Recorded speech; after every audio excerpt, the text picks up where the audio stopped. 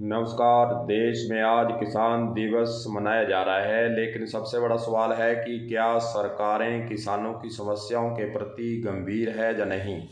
यह देश के अंदर एक सबसे बड़ा सवाल।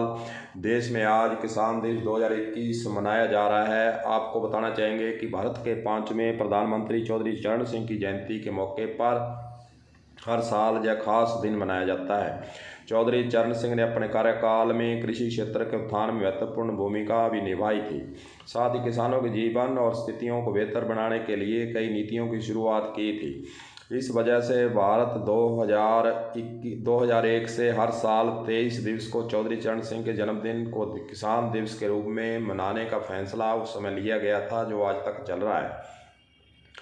चौधरी चरण सिंह का जन्म 23 दिसंबर 1902 को उत्तर प्रदेश के हापुड़ जिले में हुआ था। वह किसान परिवार से थे और किसानों की समस्याओं को अच्छी तरह से समझते थे।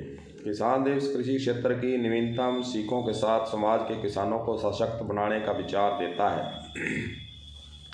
किसान दिवस किसानों के सामने आने वाले विभिन्न मुद्दों के बारे में भी शिक्षित करने का काम करता है। यह महत्वपूर्ण दिवस देश में किसानों के महत्व और देश के समग्र आर्थिक और सामाजिक विकास के बारे में लोगों में जागरूकता को बढ़ावा देने का काम भी करता है।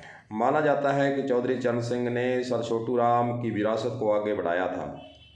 उन्होंने देश में किसानों के मुद्दे के बारे में जागरूकता फैलाई जाने के लिए 23 दिसंबर 1978 को किसान ट्रस्ट भी बनाया था।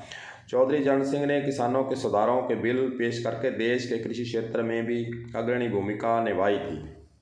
भारत के तत्कालीन प्रधानमंत्री चौधरी चरण सिंह को किसानों के मसीहा के तौर पर भी जाना जाता है। वह हमेशा किसानों के अधिकारों के लिए लड़े और खड़े रहे। आज किसानों को भारत के आर्थिक विकास की रीढ़ की हड्डी माना जाता है, लेकिन सबसे बड़ा सवाल यह भी है कि क्या सरकारें किसानों की समस्याओं के प्रति गंभीर है कि नहीं। अभी हाल ही में 1 साल तक दिल्ली के अंदर आंदोलन चला।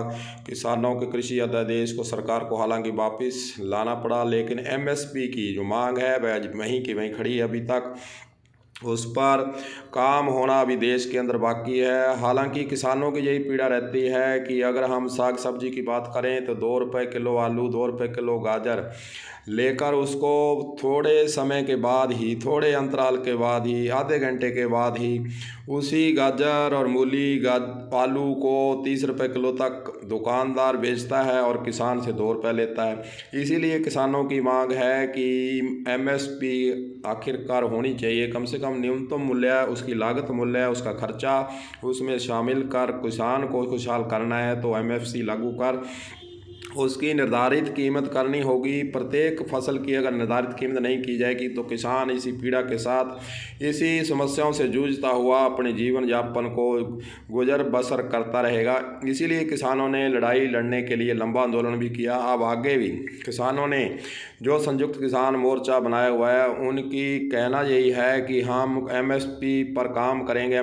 एमएसपी को देश के अंदर लागू करवाने के लिए हम वचनबद्ध तरीके से, चरणबद्ध तरीके से लड़ाई लड़ेंगे। हालांकि सरकार के स्तर से इस ओर क्या कदम उठाए जाते हैं, ये आगे देखने वाली बात होगी कि क्या सरकारें किसानों की समस्याओं को सुनकर, उनके दुख दर्द को समझकर क्या उन्हें दूर करने का प्रयास करती है या फिर वोट बटोरने तक ही सीमित रहती है। कलम न्यूज़ के लिए गुरदेव सिंह सैनी की हनुमानगढ़ से रिपोर्ट।